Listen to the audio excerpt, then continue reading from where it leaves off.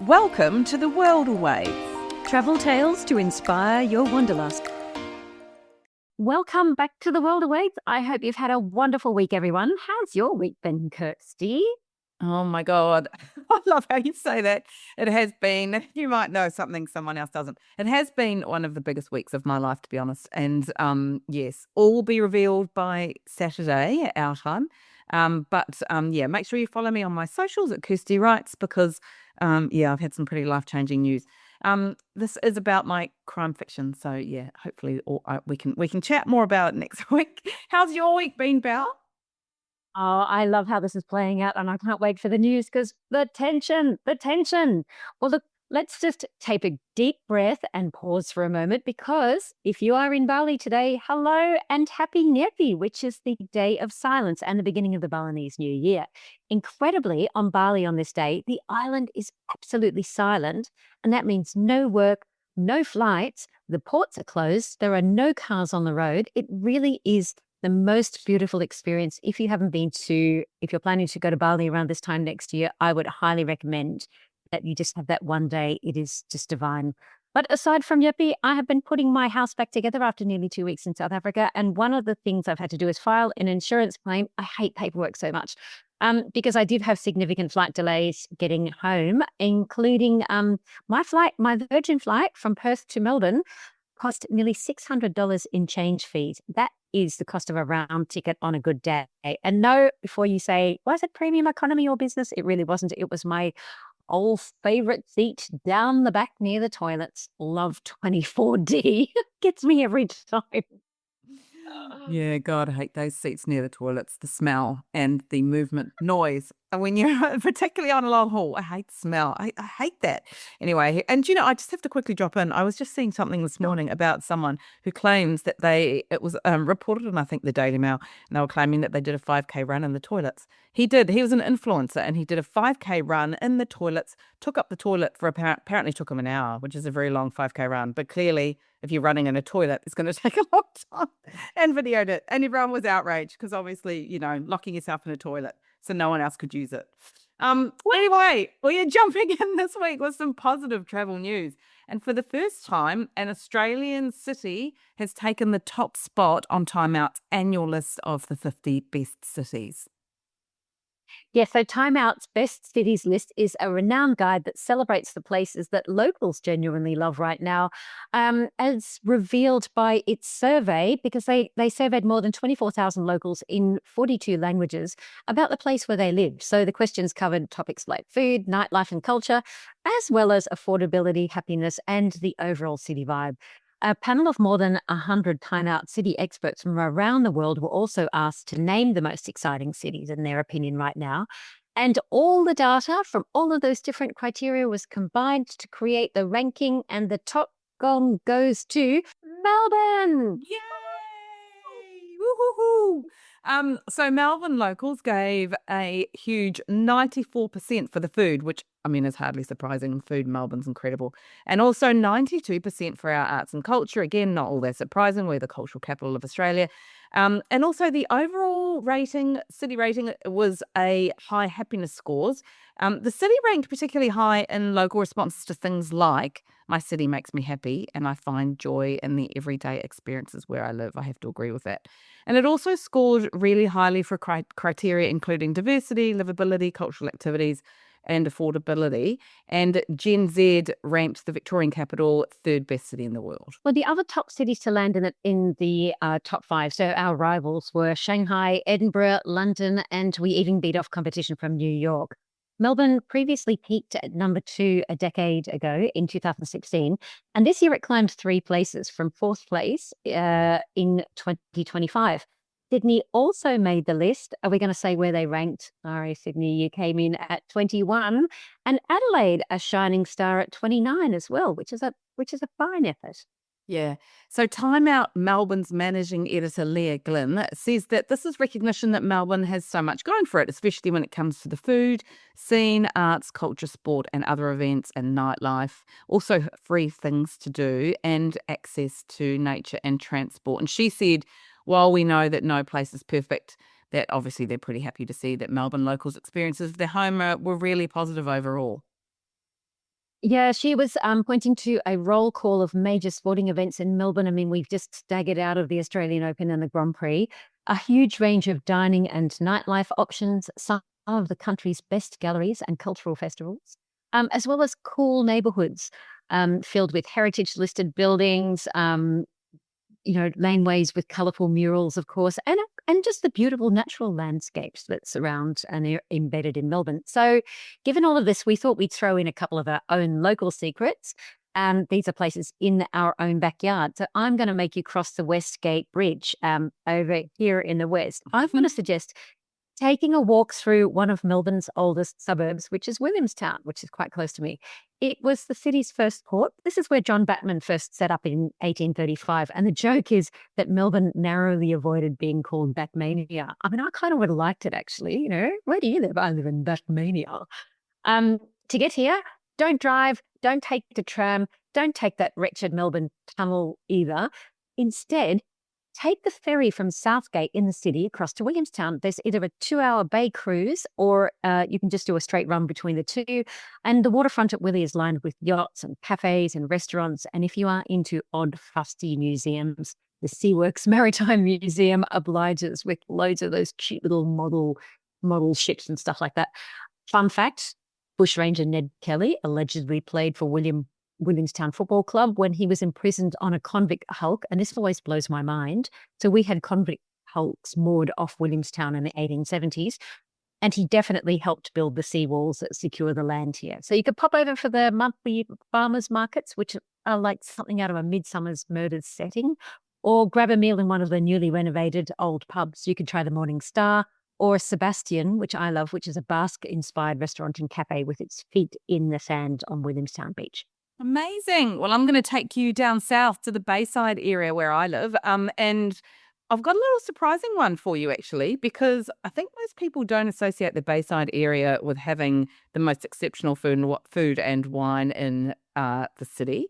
But I'm going to take you to a little bakery called the Flower House. Now, this is in the Bayside area suburb of Hyatt. So if you get the train and get off at Southland Station, it's just about a 10-minute walk from there. And this unassuming little bakery in a factory was ranked by Good Food as having the best croissants in Melbourne. So hence the reason to go there. They also have incredible coffee. It's really cool. You can sit inside there. There's tables inside. You can book a table and you can watch them baking the bread. They do the best sourdough there is possibly available to purchase. We go through a loaf of it in about 3 days. It is so good. And you can also do some shopping at Southland while you're here, and then maybe jump on a bus and go down to the quaint little seaside township of Sandringham, where you can walk it. It's about 4 k's. And yeah, it's just a lovely little suburb to check out. Also, there's a restaurant down in Blackrock called Cerebus Beach House. So underneath Cerebus is a fish and chip shop. But if you go upstairs, there's seafood fine dining, and the views are just incredible. The views are over Half Moon Bay across to the wreckage of the Cerebus wreck, which was actually sunk as breakwater in 1926. And it's just incredible. I mean, obviously there's lots of diving out there. And Cerebus, the restaurant, has partnered with the Good Fish Project, and that's a sustainability initiative by the Australian Marine Conservation Society to ensure that the source of their produce is, they're sourcing produce properly, and the food is just insanely good. So you can get oysters and prawns and crabs and scallops. It's all on the menu. And also, if you come a bit earlier, walk the track above Cerebus, because you'll drive past it as you're driving down towards Cerebus, and it's just the most stunning views. I was actually on that trail this morning with a child and dog. And it's called the Bay Trail, and it actually runs 17 kilometres from Brighton to Beaumaris, but you can just walk part of that little trail and duck down to the beach. So, yeah, beautiful beachside spots. So, yeah, check out those local insider places when you're next in Melbourne.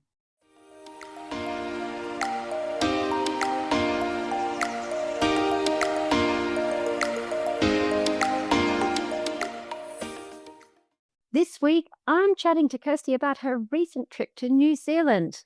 She's back in the heartland, and this time Kirstie was on the South Island, starting in Christchurch and driving up to the Marlborough Sounds region, where, surprise, surprise, she went hiking and biking in the Sounds. So everybody knows this is a great road tripping destination. How did you find all the driving? And tell us where you went. Yes, so it's super easy to get around New Zealand, as most people know, and there are loads of car rental companies too to choose from. We went with Europe Car. They have locations all over New Zealand, so from Auckland in the north, which is, as most people would know, New Zealand's largest city, to Dunedin in the south, and we hired our car from Christchurch Airport. I did a little reel on Kirstie Rides if you want to have a look at it. And we drove to Picton. So it was about a 670-kilometre round trip. So not that far, really.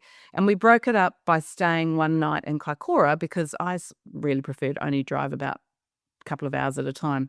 Kaikoura is a stunning coastal quaint little town, which is really well known for having year-round whale watching. And then, so we didn't actually drive straight to Picton though. So we stayed overnight in Kaikoura, then we went up to Blenheim and we stayed at Carmore Chateau, which is very central in the city, in the town of Blenheim. And it's got huge rooms with lounge areas and a really lovely outlook. And it has this great restaurant called Quench Restaurant, which is also open to the public. And this restaurant really set the scene for just the whole exceptional cuisine we had the whole time we were there. I mean, I can honestly say we did not have one bad meal. The food in New Zealand, because usually I go back and I'm visiting family. This was sort of more like, it was really great to sort of see it like a tourist. So the food is just such high quality and they just really punch above their weight, in the quality and the freshness of the cuisine. Okay, so from there, did you head up to the Marlborough region? I mean, look, what's so special about it? Because, I have not traveled in New Zealand a lot, so help me out here. Yeah, so Picton is the gateway to the Marlborough region. So Marlborough is probably most well known as the birthplace of that modern sort of fruity style of Sauvignon Blanc, that sort of took over the world really and won loads of awards. As well as that, 2/3 of the country's winemakers are actually based in the Marlborough region. There are more than 150 wineries and 30 cellar doors. So obviously, if you're going there, that's a lot. That's something that a lot of people want to do. But it's also home to one of my favourite places of New Zealand and the most stunningly beautiful Marlborough Sounds, most of which can only be accessible by boat, which is what makes it so special. And if you're going back to New Zealand, looking for like those really rich green mountains that cleave into glassy emerald waters and they're teeming with seals and dolphins and bird life, then that's what you find here. So I got some of my best shots of this incredible water and the scenery just on the ferry from Picton. So Picton's a tiny little town, really gorgeous little town, but like I said before, it's the gateway to the Sounds. And so here we got the Cougar line from Picton to Ship Cove, which is where we started our hike. So the Queen Charlotte track runs 70 kilometres from Ship Cove to Akiwa, and this track is not for beginners. If you are just deciding to give hiking a go in New Zealand, it's not the place to do it, and particularly not this one. This is graded intermediate to advanced, and it takes about 5 days on foot or 3 days on mountain bike if you were actually going to do the whole track. But we did it slightly differently. So we went with a company called Wilderness Guides, and they offer this amazing way to see it. So you can do 1 day hike, 1 day bike, 1 day kayak. And the reason we did it that way is because I just think it gives you a really unique and exceptional way to see different aspects of the track. And also, you're in the waterways of the Kinniperu Sounds and you have all these encounters with native birds like the fantail and the weka. The weka is this cute little bird that looks a bit like a kiwi. It's like the size of a really big chicken and it just sort of wanders around. And when you're stopping to eat, it pops out and sort of wanders around to see you because obviously people are giving it food. So yeah, so we did. So the 3 day bike hike that we did, we had the night in Blenheim, and then we drove about 30 minutes to Picton, where we met with Martin Carr, who's the manager at Wilderness Guides, and he gave us a really full-on briefing. And it was really funny because he was saying to us, look, he was explaining that it's really a hiking track, not a biking track. So bikes can go on it, but it's not designed for cycling, although you do get people on normal mountain bikes as well as e-bikes. And he was sort of gearing us up and telling us about our e-bikes. And he was saying, oh, you'll probably need to use the turbo because it's like 500-meter elevation. And I was like, no, thinking in my mind, so lazy. There's no way I'm using the turbo. Day one, here's me pumping on the turbo, putting on the turbo because it's steep. It's really steep. Oh gosh, that's so funny. Yeah, those e-bikes really lull you if they just say, "We've got it, you should use it," and you're like, "Yeah, let's do it." So you're on bikes, you're on foot, you're on kayak. What happened to your bags, and where do you stay as you progress along the route? So our first night was at Punga Cove, and yeah, with the bags, it's amazing because they magically appear for you at your accommodation window at each stop. So, which is thanks to Wilderness Guide. So that this is what they do, right? This is why you go through someone like that, because they're just remarkable.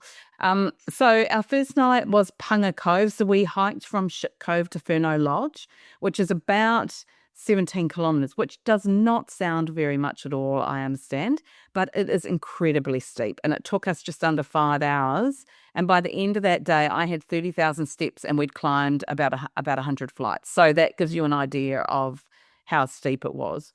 And then from there, you go from ferry to Punga Cove. So we were staying in an apartment there, but they're really just these gorgeous little villas that are kind of carved into the hill.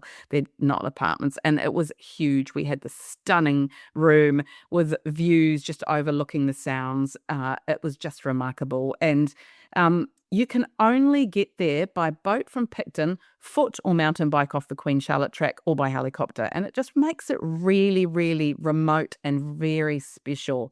And then after that, we stayed there, had an incredible meal there. The food was just exceptional. And then once we left there, they prepared a packed lunch for us so that we could then just jump on the bikes the next day. So day two, you are back on a different part of the track. Is that right?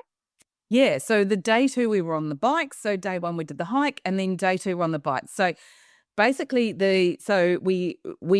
we biked straight out of Punga Cove. So from here, it was basically an almost vertical cliff. So as this is what I was saying about needing the turbo. So the bikes were delivered by ferry, and then they were on the ferry, and then we took them up to our rooms, hence sort of the extra steps, and then basically the next day we just biked from there straight up a vertical cliff. And I thought it was so steep that the bike was actually going to tip backwards and I was going to fall backwards off it. That's how steep it was. And we biked to Portage Resort. And then when we got to Portage Resort, which is another just exceptional property, we left our bikes at a little pier near there called Toria Bay. And you get there and you take your bikes down this hill, and it's like a kilometre down to the little pier. And then you have to walk back up to Portage Resort, which is again like the elevation of in this area of walking is just incredible. So that bike had a 500-meter elevation, and it was only about 25 kilometers, which doesn't again sound that long, but oh my God, it was so tough. It took about 3.5 hours. And then at Portage, we had this 2-bedroom again, kind of little villa carved into the hills, stunning views across the Kinapuri Sound. The menus at both properties were just exceptional. What I loved about their menus was, as I was looking at it, that's all local food and wines. So like all of the wines were Marlborough. There was maybe a couple of Aussie Reds, but most of it was New Zealand. New Zealand fresh produce. Can I say, when you are in New Zealand, particularly in the Marlborough Sounds region, you have to get green-lipped mussels. These are huge. They're about 4 times the size of the mussels that we get here in Australia, and they are just exceptional, and they're from this very region. So then in the morning, we went back to Toria Bay and we kayaked for 4 hours to Picton. So this was just remarkable. The first part of this kayak was just so calm and beautiful and pristine, and you're on this glassy water, and all you see and hear is the bird life, the seals. There's the occasional little holiday house dotted in the Sounds, But then it gets pretty tough when you get to the areas where the ferries come into Picton because you're crossing over that sort of main leg of water. But that's just that last leg. And then you pull in with the kayaks into this tiny beach right in the center of the township. But that this can I say this kayaking was just exceptional. The it was just so incredibly peaceful, and you stop and have your lunch spots at these little camping sites and bays where there's just not a person in sight. We didn't see one person on our entire kayak. I mean, there are, like I said, there are the odd little holiday homes sort of way up in the cliffs, but you just don't see anyone, and that's just what made it just so peaceful and exceptional and special, and add into that this exceptional New Zealand scenery. Oh, amazing. So, I've just been following you along on maps as you're going. So where did you actually end up? Because, like, when I've seen your photos, it looks pretty special. So we then ended up back at Picton, and then from there we drove. We had the rental car from Europe Car, and we drove that rental car back to Blenheim. And in Blenheim, we stayed at a property called the Marlborough, which has to be seen to be believed. I mean, this property, oh my gosh, it is just exceptional. It's a 1901 convent. And to get it there, they had to cut it up and transport it in 5 different pieces. And it sits on 6.5 hectares of just the most beautiful, pristine, manicured grounds. So 10 years ago, so it was actually moved there quite some time ago. And then 10 years ago, a former international flight attendant for Qantas, and she's a property developer and entrepreneur who was actually born in Christchurch in New Zealand, Angela Dillon. She bought the Marlborough when it was just a little B&B, and she completely gutted it and transformed it into what it is today. And it is now one of New Zealand's leading luxury boutique hotels. And honestly, it is just, you arrive and there's this like winding driveway, tree-lined driveway. It is just the most exceptional grounds. And then this home appears, and people think, oh, a little convent. It is magnificent. It is just an exceptional property. It's just like this grand dame perched, with the most beautiful grounds you can ever picture. And it's just a stunningly beautiful property. And when you dine there, the restaurant's called Harvest. And Angela said it's quite funny because a lot of the locals come there because the Harvest is a restaurant that's a hatted restaurant, which is, really rare for a property so remote. And well, it's near Blenheim actually, but so in New Zealand terms, it's not that remote. But to get there to this Harvest, a lot of people come to this Harvest restaurant because it's a stunningly beautiful hatted restaurant. And she said, surprisingly, a lot of people say, "Oh, I didn't know there was accommodation attached to Harvest." And I'm thinking, "Oh my gosh," because the Marlborough is just the most incredible property. How could you not know that that it was property first, restaurant second? But so such a gorgeous place to stay at the end of a hike or the beginning, a great way to spend your time. They have this little schoolhouse on there, and they do cocktails and canapes in there. So when you go there, it's all about this food and wine. And on site, they have these little mini trails, so you can wander around like these little trails, and they have one that has native New Zealand bush, so you can go through and have a look, and you can wander through their gardens, which is where they source all of the food a lot of the food for the restaurant. So it's just really one of the most beautiful places. I've got to say, those nuns know how to look after themselves. I mean, the photos are just absolutely astonishing. What a gorgeous looking property. Love the little the schoolhouse down the back. Absolutely beautiful. Like, yeah, as a convent educated girl, I don't think our convent looked like that. That is absolutely divine. Go and take a look, guys. It looks incredible. Speaking of views and scenery, how did the scenery differ to other places on the South Island? I just think South Island and snowy mountains.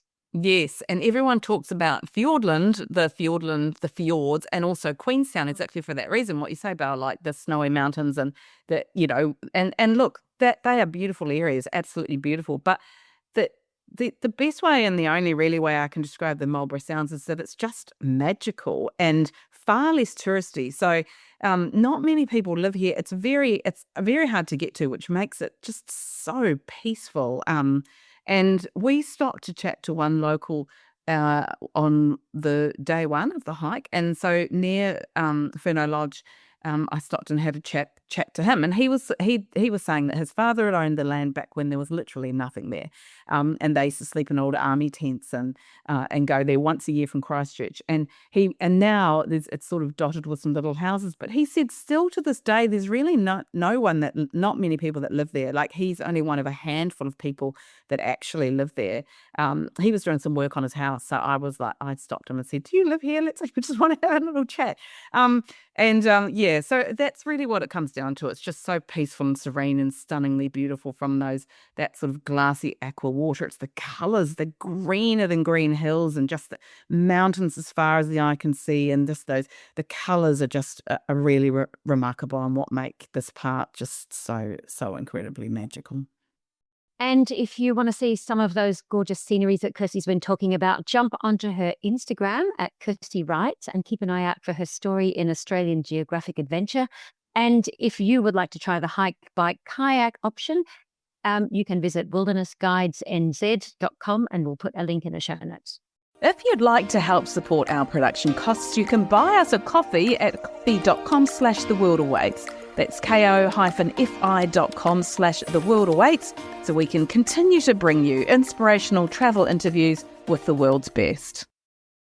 Our tip this week is from Budget Pet Products' new research, which ranks the nation's top pet-friendly destinations, from beaches and cafes to accommodation and even vet access. The research showed a surge in demand for pet-inclusive travel, with 1 in 5 or 20% of people planning to take their furry friends along with them. And so to help pet owners plan stress-free staycations, the online pet product retailer analysed accommodation listings, regional rankings, and data across every state. And so we have for you the best places to take your furry friend on holiday. And the country's most pet-friendly spot was the Mornington Peninsula, which is, of course, my second home. Victoria is absolutely having a moment this week. And it won that because the region has 384 pet-friendly stays. That's phenomenal. 67 dog beaches and 14 dog-friendly cafes. I reckon there's a lot more than that. And I've got to say, my dogs absolutely love swimming here. Coming in second place, Jervis Bay in New South Wales offers a laid-back coastal escape, and it's also got a lot of access to dog-friendly beaches. It's got pet-welcoming accommodation, which is sometimes really hard to find. And Sydney CBD surprisingly rounds out the top 3, proving that city breaks can still cater well to pets with extensive beach access, parks, and, of course, vet services. And Australia's most dog-friendly cafe scenes were on the Sunshine Coast and Noosa Heads, in Perth CBD as well, and in Byron Bay, which each had 15 or more cafes that welcomed pets. And they combined outdoor dining with beachside and urban walking routes, making them pretty popular for pet-inclusive travel. And when it comes to safety and peace of mind, Brisbane and Sydney cities, the central CBD, led the nation, each offering the highest concentration of vet clinics. That is interesting, especially if you've got longer stays or you're travelling with older pets, as we're both finding out now, aren't we? We are. And for beach-loving pets, as well as the Mornington Peninsula, you head to the cities for the best dog-friendly coastal spots. Perth and Sydney each have more than 30 beaches that are within easy reach of the city. And accommodation quality shines in regional destinations. So we're looking at Healesville in the Yarra Valley, Apollo Bay, and Wilson, around Wilson's Prom, which has some of the highest ratings for pet-friendly stays, combining comfort and scenic natural surrounds. Next week, my guest is tech journalist Toby Venus, who produces the Points Hacks podcast. And as the name suggests, we are hacking frequent flyer points, how to earn them, how to burn them, and we're creating a checklist to keep your points in good shape and working for you. And we'd love it if you followed us on socials. You'll find us at The World Awaits Podcast on Instagram, Facebook and LinkedIn. And feel free to drop us a line at hello@theworldawaits.au. Or if you're enjoying this episode, please give us a rating and review. That's a wrap for The World Awaits this week. Click to subscribe anywhere you listen to your favourite pods. Thanks for listening. See you next week.